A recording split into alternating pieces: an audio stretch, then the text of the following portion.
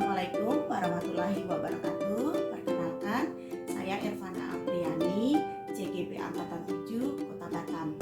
Pada kesempatan kali ini, saya akan mewawancarai Ibu Kepala Sekolah SMP Negeri 26 Batam terkait dengan pengambilan keputusan berdasarkan nilai-nilai kebajikan. Di sini sudah hadir Ibu Kepala Sekolah SMP Negeri 26 Batam. Mohon Ibu perkenalkan diri Ibu. Terima kasih. Assalamualaikum warahmatullahi wabarakatuh. Waalaikumsalam. Perkenalkan, saya Zahman SPD. Saya sekolah SMP Negeri 26. Iya Ibu, jadi begini Ibu, maksud dan tujuan saya itu akan mewawancarai Ibu terkait dengan pengambilan keputusan berdasarkan nilai-nilai kebajikan Ibu. Terima kasih sebelumnya Ibu sudah meluangkan waktu untuk kami, dan ini merupakan salah satu tugas demonstrasi kontekstual modul 3.1 di program Guru Penggerak Angkatan 7 Ibu. Boleh kita lanjutkan Ibu? Silakan Ibu Evan. Baiklah Ibu, selama ini kan Ibu sudah memimpin SMP 26 Angkatan ini sudah cukup lama Ibu ya. Bagaimana cara Ibu mengidentifikasi kasus-kasus yang merupakan dilema etika atau etika moral? Kalau kita bertugas di suatu tempat, hari pasti kita dikenal banyak beragam kasus yang terjadi dan harus kita identifikasi masalahnya. Bagaimana kita untuk mengetahui kasus yang ada di sekolah kita, ada di tempat kerja kita? Yang pertama, tentu kita harus mengetahui, mengidentifikasi kasus apa yang Itu artinya Ibu harus lebih peka dan lebih jeli lagi ya Bu ya dalam mengidentifikasi kasus-kasus tersebut ya Bu ya. Baik Ibu. Kemudian bagaimana dalam menjalankan keputusan di sekolah itu, terutama untuk kasus-kasus yang kepentingannya sama-sama benar Ibu. Bagaimana cara pengambilan keputusan itu Ibu? untuk mengambil keputusan yang menurut kita keduanya itu sama-sama bermanfaat, sama-sama benar. Yang pertama kita lakukan tentu kita melihat manfaat. Dari segi manfaat ya Ibu ya. Karena dari segi manfaatnya, ya, kalau permasalahan itu atau kasus yang kita putuskan itu memang manfaat Jadi intinya apapun permasalahannya kita lihat dulu apakah itu bermanfaat untuk kebersamaan atau tidak gitu ya Bu ya. Kemudian langkah atau prosedur yang biasa itu dilakukan terkait pengambilan keputusan ini seperti apa? selama ini selama saya menjadi kepala sekolah di SMP banyak kasus yang kita hadapi. Langkah yang pertama saya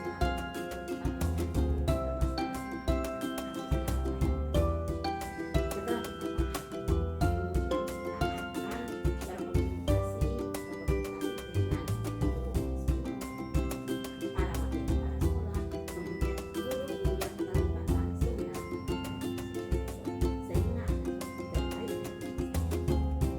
Berarti melibatkan ya Bu ya, melibatkan senior atau wakil-wakil kepala sekolah ya Bu yang ada ya untuk penyelesaian permasalahan itu ya Bu ya. Kemudian Ibu tantangan Ibu, ada tidak Bu kira-kira tantangan ya Bu ya untuk pengambilan keputusan tersebut Ibu? apapun keputusan itu pasti ada karena apa? Apapun yang kita ambil itu tidak semua tidak semua seperti itu. Pasti ada yang terlalu dan iya kita carikan solusinya sehingga keputusan yang kita ambil itu memang kita bisa laksanakan secara maksimal dan bisa bermanfaat untuk semua.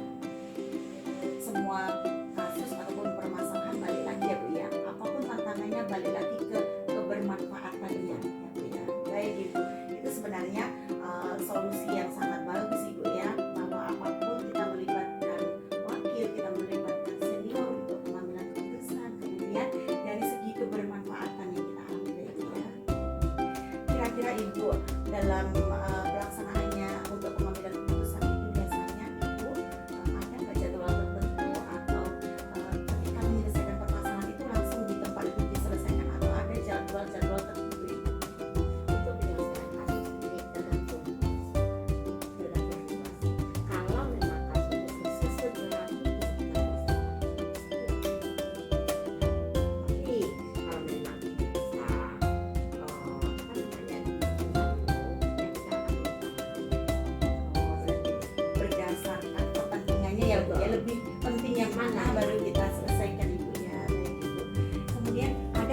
seseorang atau faktor-faktor yang selama ini mempermudah ibu dalam pengambilan keputusan?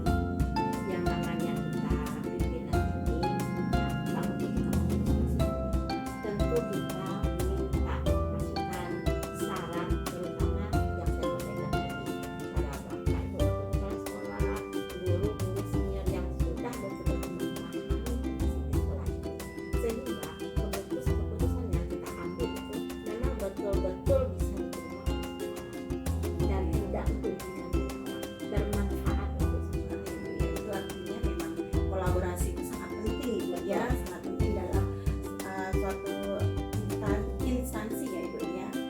Baik ibu, pertanyaan terakhir ibu. Oke. dari semua yang telah ibu sampaikan, pembelajaran apa yang bisa ibu petik dalam pengambilan keputusan dilema etika ini? Semakin banyak kita menghadapi permasalahan, semakin banyak kita menemui permasalahan di dalam kehidupan sehari-hari, itu akan memberi kita pembelajaran yang banyak. Itu akan mematangkan pikiran kita. Kenapa saya bilang demikian? Karena apapun permasalahan yang terjadi, kita akan mencari solusi. Kemudian solusi yang kita cari ini bagaimana bisa bermanfaat untuk banyak orang, ya. Diupayakan bagaimana tidak merugikan orang, tidak menyakiti orang, dan bisa diterima, dijalankan sesuai dengan kebiasaan-kebiasaan yang sudah berkembang seperti ini. Seperti itu Bu ya, jadi bisa mematangkan kita ya Bu ya dengan berbagai macam kasus-kasus yang sudah terbiasa ibu selesaikan, pada akhirnya menjadikan kita lebih matang dan lebih dewasa lagi dalam menghadapi kasus. Karena kasus itu nanti dewasa. Kalau hanya aman-aman saja, tenang-tenang saja, kita jalan cepat. Tapi dengan adanya berbagai kasus, apalagi berkaitan dengan moral, etika, itu sangat-sangat mendatangkan. Terima kasih ibu ya, banyak pembelajaran di sini yang saya dapatkan. Semoga kedepannya ketika kita menjadi pemimpin, pembelajaran bisa menjadi panutan ibu sebagai kepala sekolah saya, sebagai atasan saya, bisa menjadi contoh yang baik untuk saya kedepannya. Di kelas pun sebagai pemimpin pembelajaran, sebagai guru, saya bisa mencontoh trik-trik ataupun strategi yang sudah ibu sampaikan. Terima kasih ibu, semoga ibu sehat selalu. Amin. Satu lagi pesan ibu ke depannya, ya, jadilah guru yang selalu menginspirasi semua. Amin. Mudah-mudahan ilmu yang didapat, ya, apa yang kita cari selama ini bermanfaat untuk kita. Terima kasih Ibu, amin. Doanya bapaknya Ibu sebagai pemimpin pembelajar di SMP 26 ini selalu menginspirasi saya Ibu. Terima kasih Ibu. Terima kasih.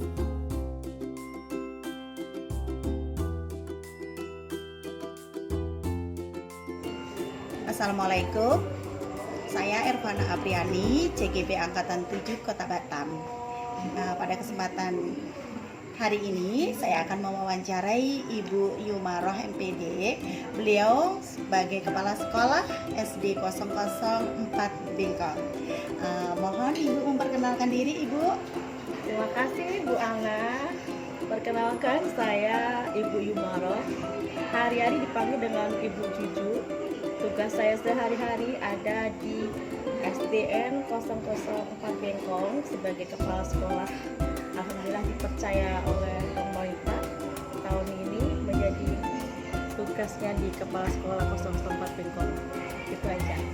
Beliau ini sangat luar biasa dengan kesibukan yang banyak Ibu ya, yang masih aktif di Pramuka Ibu ya, dengan segudang prestasi yang kita tentunya sebenarnya iri ya, kok kita tidak bisa mengikuti kiprah beliau.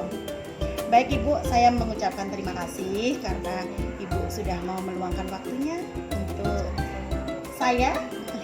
Ini sebenarnya sebagai tugas dari CGP Angkatan 7 Ibu ya, tugas demonstrasi kontekstual bahwasanya saya harus mewawancarai 2-3 kepala sekolah. Dan terima kasih Ibu ya, meskipun saya di SMP dan Ibu di SD, tetapi kita masih bisa kolaborasi dengan baik. Boleh kita lanjutkan Ibu? Silakan. Baik Ibu, selama Ibu menjadi pemimpin pembelajaran di SD 004 Bengkong, bagaimana cara Ibu mengidentifikasi kasus-kasus yang merupakan dilema etika atau bujukan moral Ibu? Baik, terima kasih. So, saya jawab. Memang saya bertugas belum lama, pasti belum banyak pengalaman, tapi saya akan coba jawab dengan berdasarkan pengalaman saya ya. Saya baru hitungan bulan Bu di 004 Bengkong. Tapi memang begitu bertugas memang yang namanya masalah itu ya saya identifikasi, terutama di persoalannya itu sejauh mana, di tingkat sederhana atau maksudnya sederhana dasar, masih biasa, atau sedang atau sulit. Itu biasanya saya berpikir itu dulu, baru saya akan membuat suatu keputusan dengan berdasarkan informasi dan lain-lain. Begitu Ibu ya. Identifikasinya begitu. Nah, tapi meskipun Ibu baru sebentar di SD 04 ini, tetapi kan kiprah Ibu di dunia kepramukaan tentunya sangat banyak, kan hampir sama Ibu ya, hanya bedanya persoalan yang dihadapi mungkin di lapangan dengan di dalam pembelajaran itu ya. agak sedikit berbeda gitu Baik, ya. itu kalau di pramukaan kan non akademis Ya. kalau di sekolah itu kan akademis. Memang itu persoalannya ya di akademis dan akademis. Kalau di pramukaan saya seringnya untuk di lapangan saya lebih simple kalau dan memang senang bergerak. Di akademis memang harus berdasarkan ilmu-ilmu yang menyatakan keputusan itu sebenarnya bisa dibaca ya, bisa dipelajari dari pengalaman kita juga. Secara inilah runtut, secara fase-fasenya. Kalau di lapangan ya beda lagi. Yang urgent di lapangan itu bedanya itu di dunia lapangan mana yang lebih urgent. Nah, itu seperti itu. Gitu ya. Tapi kalau di akademis kan persoalannya kita identifikasi kita. Kalau di lapangan identifikasi kelamaan. Oh gitu ya, berarti tergantung tingkat apa ya kesukarannya ya, tingkat permasalahannya, kesulitannya itu, misalnya apakah persoalan itu atau permasalahan itu sebagai dasar atau tengah atau masalah yang lebih besar gitu ya Ibu ya. Bahasanya bahwa baik Ibu. Kemudian bagaimana cara Ibu menjalankan keputusan di sekolah, terutama untuk kasus di mana kepentingan yang sama-sama benar atau mengandung nilai kebajikan Ibu. Jadi sama-sama benar, bagaimana cara Ibu sama-sama menjalankan? benar. Misalkan suatu masalahnya harus jelas ya Mbak ya, Bu Ana. Pas kalau tertulis biasanya mungkin saya baca dulu, tapi kalau secara langsung pasti kita punya yang namanya feeling ya.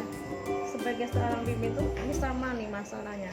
Tetapi saya yakin tidak 100% sama, itu tidak, pasti ada hal yang mendasar. Nah itu yang kita tahu di dunia seorang kepala sekolah punya skill seperti ini. Kita kan ada 5 skill yang harus dikuasai oleh seorang kepala sekolah itu, yaitu kepemimpinannya, sosialnya, manajerialnya, supervisinya, dan wirausahanya.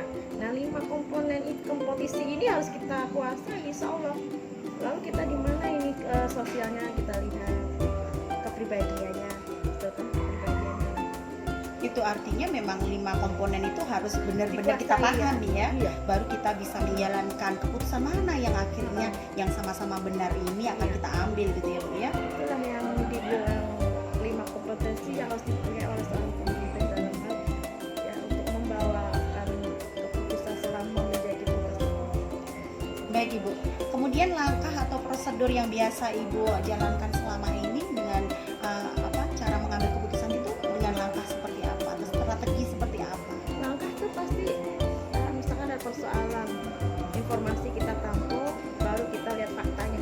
Oh gitu ya Bu ya. Iya. Jadi nggak langsung main menentukan keputusan gitu Iya, ya. iya. Jadi dilihat dulu, dianalisa dulu ya, baru ya. Analisa itulah yang analisa seorang bahasa yang harus itu menganalisanya tepat sasaran ya. Iya iya iya. Merugikan, Oh, baik itu. keputusan yang merugikan kan bahaya. Gitu ya Ibu ya. Iya. Kemudian ada nggak Bu selama ini tantangan Ibu sebagai Iya. pimpinan ini ya Iya. dalam menghadapi berbagai macam kasus, kemudian dalam penyelesaiannya itu tantangannya apa saja itu Ibu? Kalau tantangan memang selama ini saya memang orangnya tertantang. Ini program ini menyangkut masalah biaya. Nah, itu sudah Oh iya ya, Bu. sumber Ya, biaya dari mana? terkadang kita masih memikirkan mungkin untuk biaya di bidang itu bisa, tapi belum tentu orang lain menyetujui gitu, Bu. Ya, ada yang Oh, iya. ya Heeh, heeh. contoh lah kayak iuran-iuran itu kan Oh iya ya, Bu. Ya, ada tidak yang pro dan semuanya ya. kontra, tidak semuanya paham. Nah itu saya akan yang bilang tadi persoalannya itu langsung aja kalau saya lihat dari sekian persen kayaknya banyak yang setuju. Atau tidaknya gitu ya, baru Ah. diambil keputusan Nah ya, itu Bu, bisa ya. dibaca, bisa dengan survei. Oh gitu ya. Ya, berarti tantangannya hanya seperti itu ya, Bu, ya. Maksudnya Iya. tidak ada yang begitu ngototnya saya tidak setuju dengan apa yang Iya. yang Ibu programkan atau apa gitu Iya. ya, Bu, ya. Oh, baik Ibu. Kemudian Ibu, apakah Ibu mempunyai jadwal tertentu atau mempunyai sebuah tata kala untuk menyelesaikan suatu kasus dilema etika itu, Bu? Itu memang ya itu tadi kembali ke kalau sedang nggak perlu saya pakai jadwal. Jadi di lapangan Tergantung kasusnya ya, Bu. tergantung kasus. Saya kembali lagi ke kasusnya. Kalau misalkan butuh ya kayak tugas ya, tugas terstruktur tidak struktur kasus gitu. Oh ini butuh waktu. Kasus ini nggak bisa langsung. Jadi nggak langsung diselesaikan di Nggak. tempat gitu ya, Bu, ya. tergantung Tergantung kembali ya ke itu ya kasusnya ya. pokok persoalannya.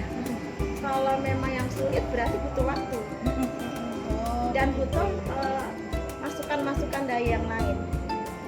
Itu kolaborasi ya, Bu, ya, Oh, tentunya jelas. dengan wakil, Iya, betul. dengan yang kita punya senior bersinergi, gitu ya.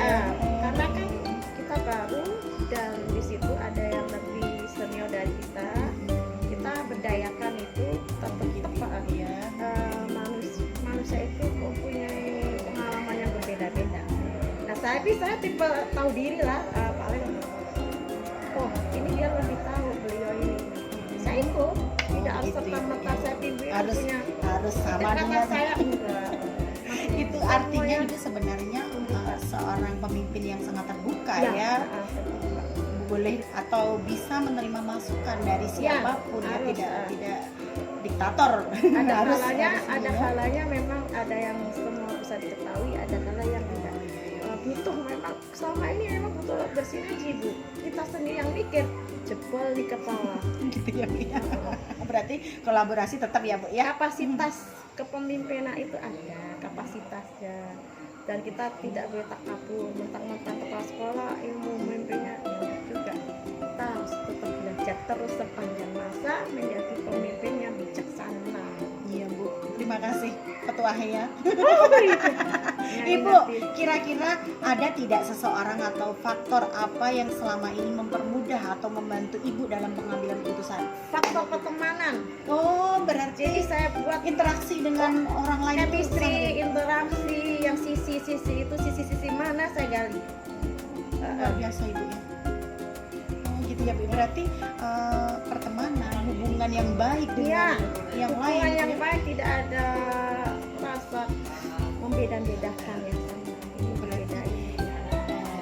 Istilahnya di sekolah itu antara pimpinan dengan bawahan itu meskipun Caranya tipis aja lah, jangan terlalu tidak bicara. sekat ya, Bu, ya. Jadi Iya. membangun hubungan yang sangat dekat dengan Ada kalanya kita serius, ada kalanya kita serius, tapi lihatnya di mana? Pas meeting serius. ada waktu-waktu Kalau tertentu nggak ada ya. meeting ya kami seperti teman. Boleh dicek lah. Biasanya ada pengakuan apa. Dan kita juga tetap menghormati lah. Oh ini nggak bisa dengan cara ini. Sama kayak kita urusan dengan pembelajaran. Oh ini anak ini nggak bisa dengan cara ini. Nggak bisa dengan cara. Itulah dicari chemistry-nya, dicari Chemistry ya, Bu, ya, penting gitu ya. antara ini namanya ilmu jiwa. Kejiwaan kita tuh main, kita kayak Mbak Ana. Mbak Ana itu periang tapi masih diliputi oleh kita mempunyai sugesti. Kalau kata saya sugesti tersebut. Baik Ibu, satu lagi Bu, pertanyaan dari semua hal yang sudah Ibu sampaikan tadi, pembelajaran apa yang dapat Ibu petik dari pengalaman Ibu selama ini dalam pengambilan keputusan ini? Pembelajaran yang mana kita harus menjadi lebih baik Karena sering menyelesaikan persoalan ya Bu ya, permasalahan ya. Jadi ketika kita menghadapi masalah, kita fun. Harus bahagia ya. Ini Berarti ada masalah, nggak ada masalah harus bahagia. iya. Jadi ini masalahnya sangat sulit nih. Jadi pikir nggak sulit dengan ilmu-ilmu yang tadi itu, kita harus punya kepribadian, Dengan 5 komponen tadi ya Bu ya. tadi dikuasai itu sama yang minta sama yang kuasa. Aduh ya Allah, ini kok sulit ya. Saya biasa komunikasi kepada sang pencipta yang maha segala-galanya. Itu artinya spiritual Nomor satu. sangat ini ya Bu ya, penting ya Bu ya dalam Kalau- pengambilan keputusan apapun gitu. Iya, jiwa spiritual nomor satu. Makanya ya itu sering-sering ngecas kepribadian kita, karena kita kan manusia yang terbatas. Hakikatnya itu manusia itu serba salah, tempatnya salah. Tapi selagi mau belajar, insya Allah saya sendiri merasa sih belum banyak ilmu, tetapi tetap Kita mau belajar ya Bu ya upgrade, intinya. terus upgrade lah. Ya Ibu, terima kasih banyak waktunya, ilmunya yang Ya. sangat luar biasa. Mudah-mudahan saya bisa selalu mencontoh Ibu Amin. sebagai panutan saya.